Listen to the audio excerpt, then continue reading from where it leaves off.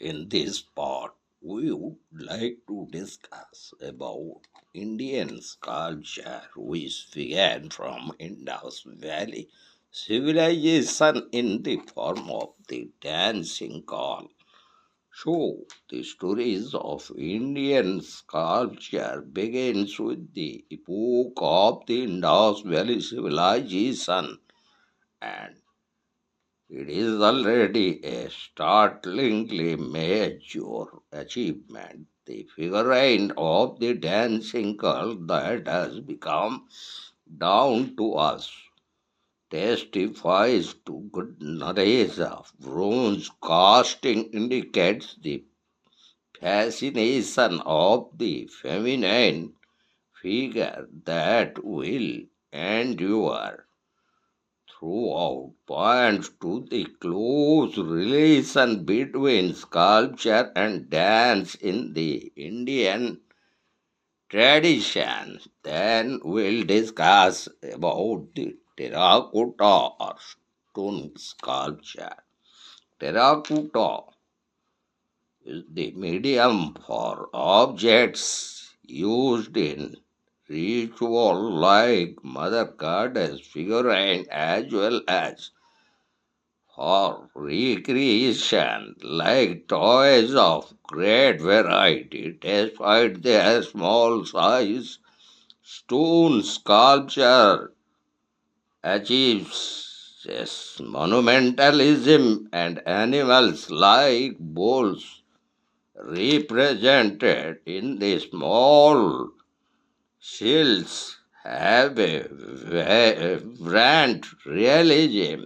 And now we would like to discuss the very influence of the Persians and Greeks on Indian sculpture. The dispersal of Persian craftsmen when they Augmented empire of Cyrus the Great was overrun by the Greeks in the 4th century before Christ may have contributed to the monumental stylization of the figure of the lions in the Ashokan pillar that has been adopted as India's national emblem. And now we'll discuss the Mauryans and Sungas and their contribution to Indian sculpture.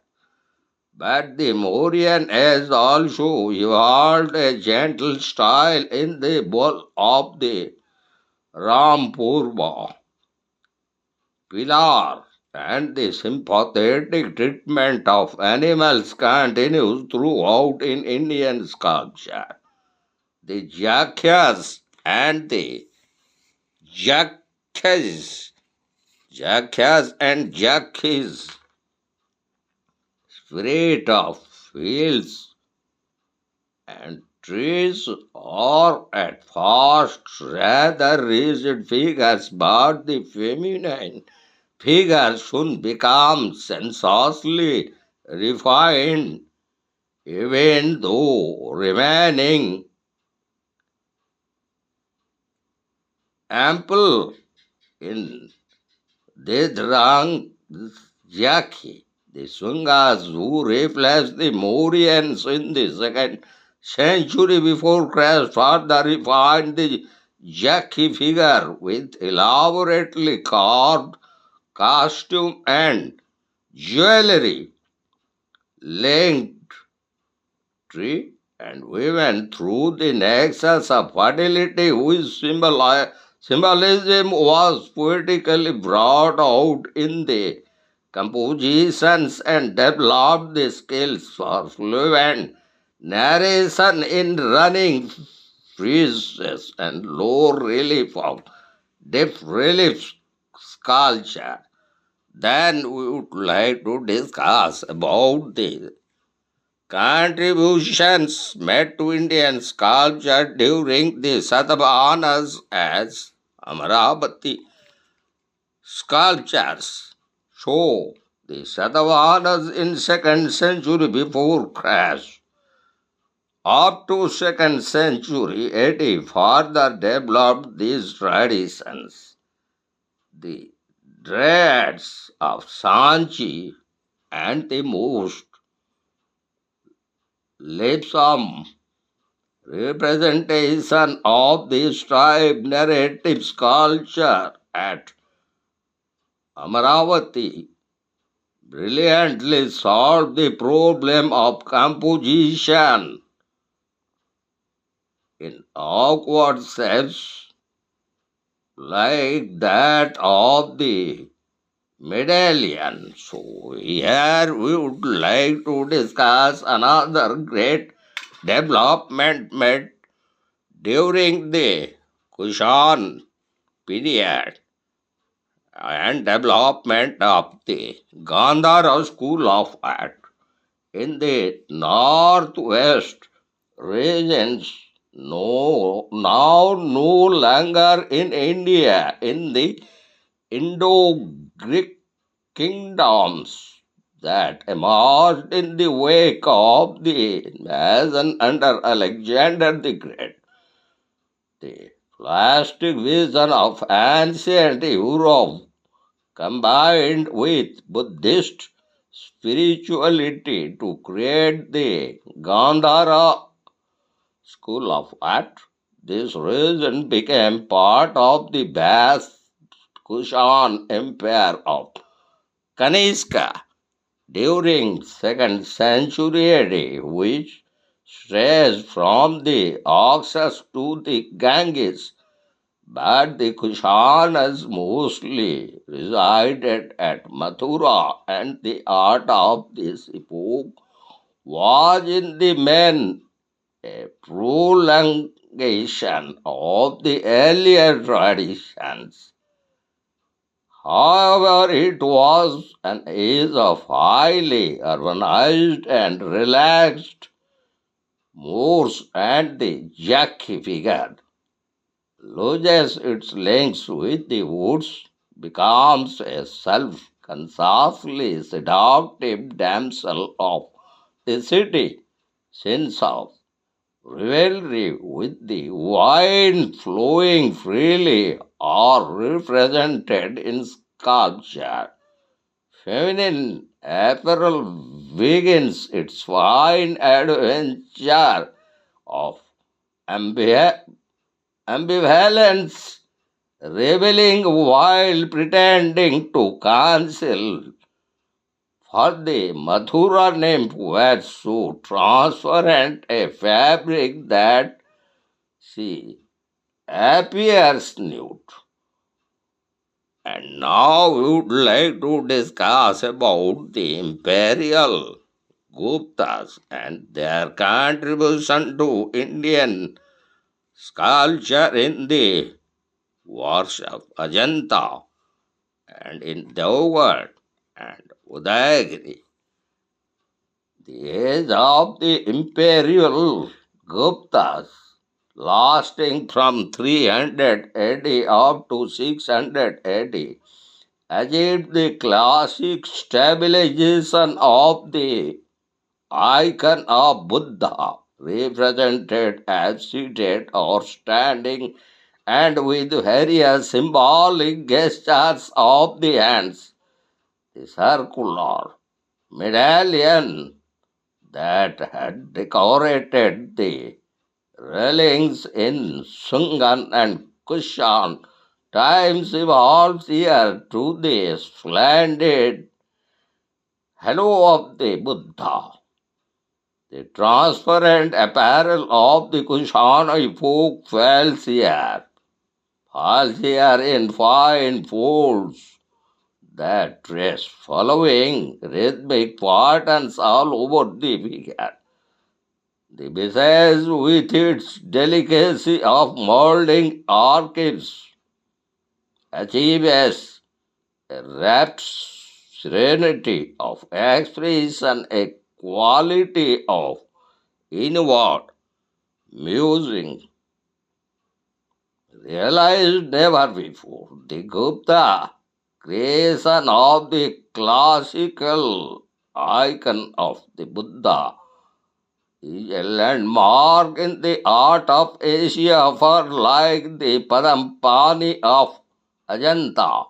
It radiated to many lands. This age also created magnificent sculpture on Hindu themes like the temple of Devgod and powerful representation of Vishnu in creation, salvaging the earth, known from the rock at Udayagiri.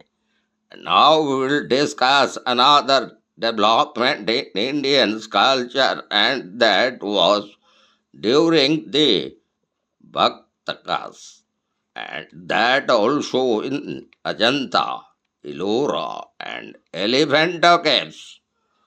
So, also we found the development during the Satavahanas, and in particularly the Satavahanas belonging to 2nd century BC to 2nd century AD further developed this tradition. So, also we found that the Bhatkas of the Deccan were the contemporaries of the Guptas, and under their patronage fine sculpture came off in abundance, mostly Buddhist at Ajanta, Hindu at Ellora.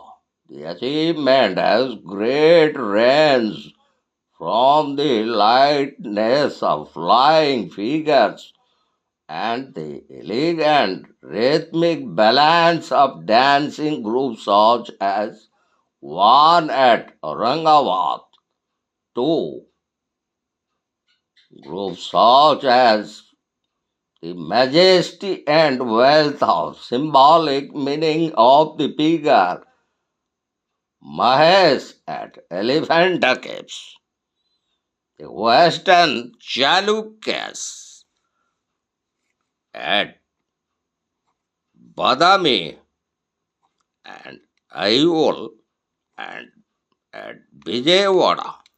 We found some form of Indian sculpture. The western Chalukyas continued these trends, creating floating figures and dancing Shivas at Badami, Ayur, and Pattadakal. The Eastern Chalukyas also created some fine sculpture on the exploits of Shiva, which had the turbulent power of their unique architectural achievement, and that also we found in the very temples of Vijayawada region, and in the 8th century, the very contribution of the Rastrakutas found in Ellora. The 8th century, the Rastrakutas carved a whole hill of rock at Ellora to simulate a structural temple, and people it with sculpture on the exploits of Shiva, which had the trouble and power of their unique architectural achievement. Then we would like to discuss about the Gajjar, Pratiharas, and their contribution to Indian sculpture on Vishnu, Shiva, and Parvati. The Gajjar Pratiharas, who had their contemporaries evolved a less prevalent though still monumental style in such creation as the cosmic form of Vishnu, created poetically sensitive sculptures like the one showing the wedding of Shiva and Parvati and contributed one of the loveliest dryads in the Indian tradition. And now we would like to discuss about the Chandellas and these Chandellas of and their contribution to Indian sculpture is the Khajuraho temple. The Chandellas of 10th to 12th century AD. Their contribution of eroticism of the Khajuraho sculptures has unfortunately attracted undue attention all over the world. Now we would like to discuss about the Eastern Gangas and the sculptures at Konark and Bhubaneswar, but far more sensitive in modeling and poetic insensibility or the representation of women in our various moods of longing, expectation. Eroticism is found in the sculptures of Konark and Bhubaneswar of the epoch of the Eastern Gangas who were ruling during 13th century over Odisha. But there again the poetic and romantic figuration of women are more sensitive.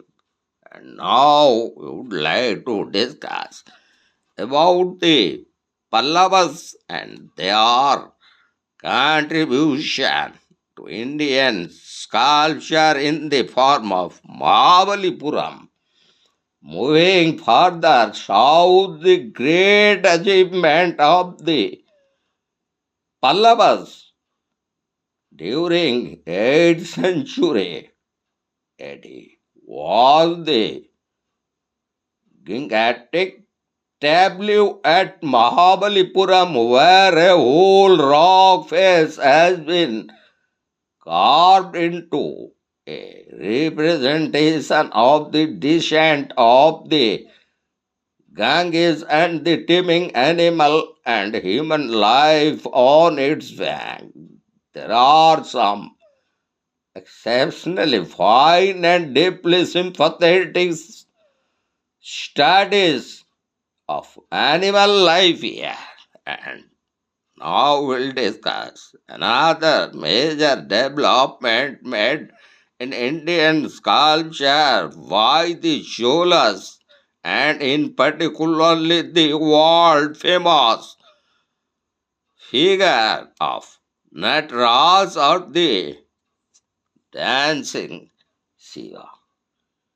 Shiva is the towering figure in Cholas sculpture, and the Cholas were ruling during 11th and 12th century AD in stone too, besides bronze, but it is the work in bronze, especially the Nataraj or dancing Shiva, that has become world famous and deservedly so. Matching profound concept with perfect plastic form, this great iconic creation is the insistent change of the world, the creation of electron as well as the galaxy as adult process assures man that it is Benjin and under the Hoyasals during 12th century AD, the Karnataka region created a sculpture where the soft touristic skit used tempted rather excessive detail and ornamentation in the 16th century. Vijayanagar favored a sculpture that reflected imperial pomp in elephant procession, cavalcades, marching soldiers, stone sculpture influenced by the Pallava tradition and bronze influenced by the Cholas style were produced even in Kerala, but its unique achievement was in sculpture in wood exposed to stimuli from all over the world. Indian sculptures today are experimenting in all styles using new materials like steel and aluminum, fiberglass, and even fiber. But the most significant trend still seems to be the one which seeks to recover the iconic quality, the power to stir the impulses of awe and adoration, which are humanistically the most valuable strands of the Indian cultural heritage. So, in this part, we have discussed almost the development on Indian sculpture made and began from Indus Valley civilizations, dancing girl to terracotta, and the influence of Persian and Greek on Indian sculpture, and that particularly during the rule of the Kushanas, then among the Mauryans and Sungas, and in the form of Chalukyas and Jakis, then their development of Indian culture during Satavahanas were found at Amaravati, which is very famous as Amaravati sculpture. Then during the Kusanas, Guptas and Vakatakas, so the most famous Indian sculptures found at Ajanta, Ellora, and Elephanta, and in South India also. The Indian sculpture was far ahead during that period among the Chalukyas, Rastrakutas, and in particularly at Badami, Ahilu, Vijayawada, and Ellora. And in northwest India, the Gujar Pratiharas also were not far behind in their contribution to Indian sculpture. So also we found the contribution made by the Chandela kings of Madhya Pradesh and their main contribution in the Khajuraho temple culture. Then we have also discussed regarding the Eastern Gangas, their contribution at Konark and Bhubaneswar. Then we have discussed the famous Indian sculpture at Mahabalipuram, which was a major contribution made during the Pallavas. And also we have discussed the dancing Shiva, that was Natraj, which was the greatest and the famous contribution of the Cholas of South India to Indian sculpture that made it world renowned.